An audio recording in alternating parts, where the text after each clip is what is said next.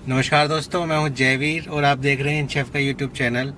इस वीडियो में बात करेंगे मिल्क शेक या थिक शेक को असल में थिक कैसे बनाया जाता है। कौन सा ऐसा इंग्रेडिएंट है जिसको डाल के मिल्क शेक इतना थिक हो जाता है।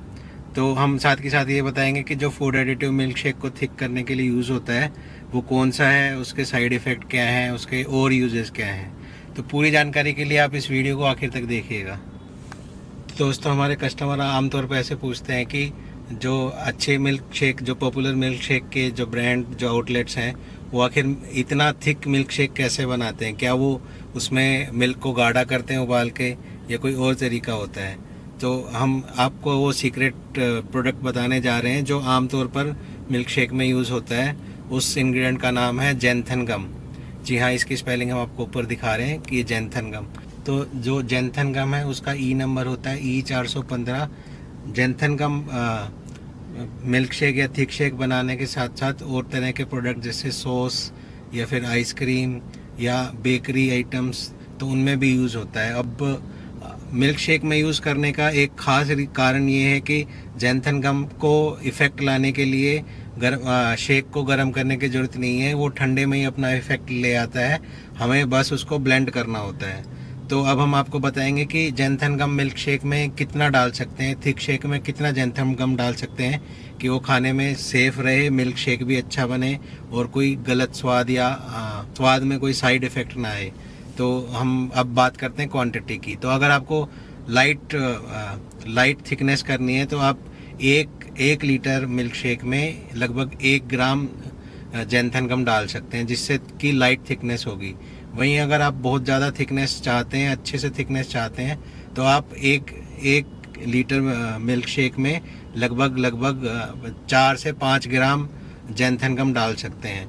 हम आपको ये भी बताना चाहेंगे कि ज़्यादा जैंथन गम डालने से एक तो टेस्ट ख़राब होगा, दूसरा आपका मिल्क शेक बहुत ही चिपचिपा लगेगा पीने में, और साथ के साथ ज़्यादा गोरगम डालने से वो पेट को भी ख़राब करता है, ब्लोटिंग होती है, क्योंकि जो हमारे डाइजेस्टिव जूसेस हैं उनको भी ये गाढ़ा कर देता है, की वजह से डाइजेशन के इश्यूज आते हैं। तो आपको ध्यान रखना है कि जो जैंथन गम है उसको 4 या 5 ग्राम पर लीटर से ज़्यादा यूज़ नहीं करना है। वहीं अगर आप जैंथन गम को अपने मिल्क शेक में यूज़ करते हैं तो वो उसको गाढ़ा करने के साथ साथ उसको स्टेबलाइज भी करता है, मतलब कि उसकी थिकनेस की कंसिस्टेंसी को भी मेंटेन करता है। यानी आपका मिल्क शेक में फटा फटा नहीं लगेगा, एकदम यूनिफॉर्म थिकनेस वाला लगेगा।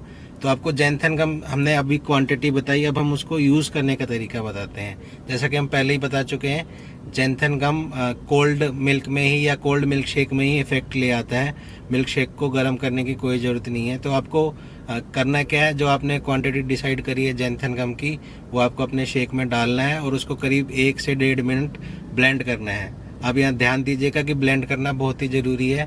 जो जैंथन गम की थिकनेस होती है वो ब्लेंडिंग के साथ इम्प्रूव होती है। अब जितना ज़्यादा ब्लेंड करेंगे उतनी ज़्यादा थिकनेस उसकी इम्प्रूव होगी। तो आपको 1 से 1.5 मिनट अपने मिल्क शेक को ज़रूर ब्लेंड करना है जैंथन गम डालने के साथ। और साथ के साथ हम आपको ये भी बताना चाहेंगे कि जब आप किसी शेक में या फूड आइटम में जैंथन गम का इस्तेमाल करते हैं तो जो पेट भरने की जो संकेत है वो हमारे दिमाग पहले ही जनरेट कर देता है, क्योंकि ये बहुत गाढ़ा होता है।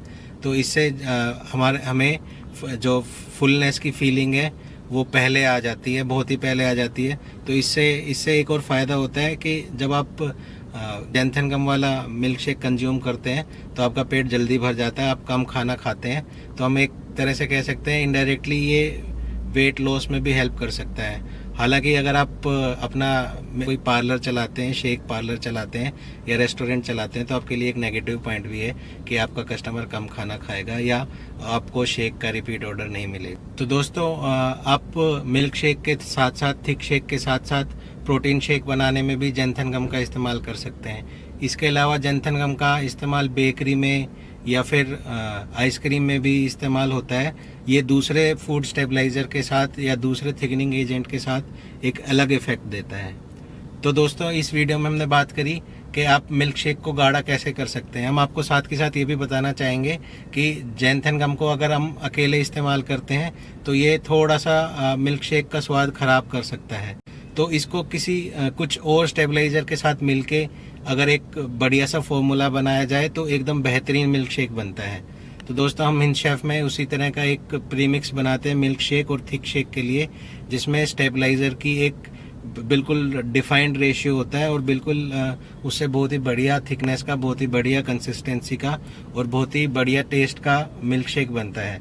तो दोस्तों अगर आप बहुत ही बेहतरीन मिल्क शेक बनाने में इंटरेस्टेड हैं तो आप हिंद शेफ का जो मिल्क शेक का प्रीमिक्स है वो भी यूज़ कर सकते हैं। बस आपको मिल्क शेक को तय क्वांटिटी में लेना है, कोल्ड मिल्क के साथ उसको ऐड करके 1 से 1.5 मिल्क ब्लेंड करना है, आपका मिल्क शेक तैयार।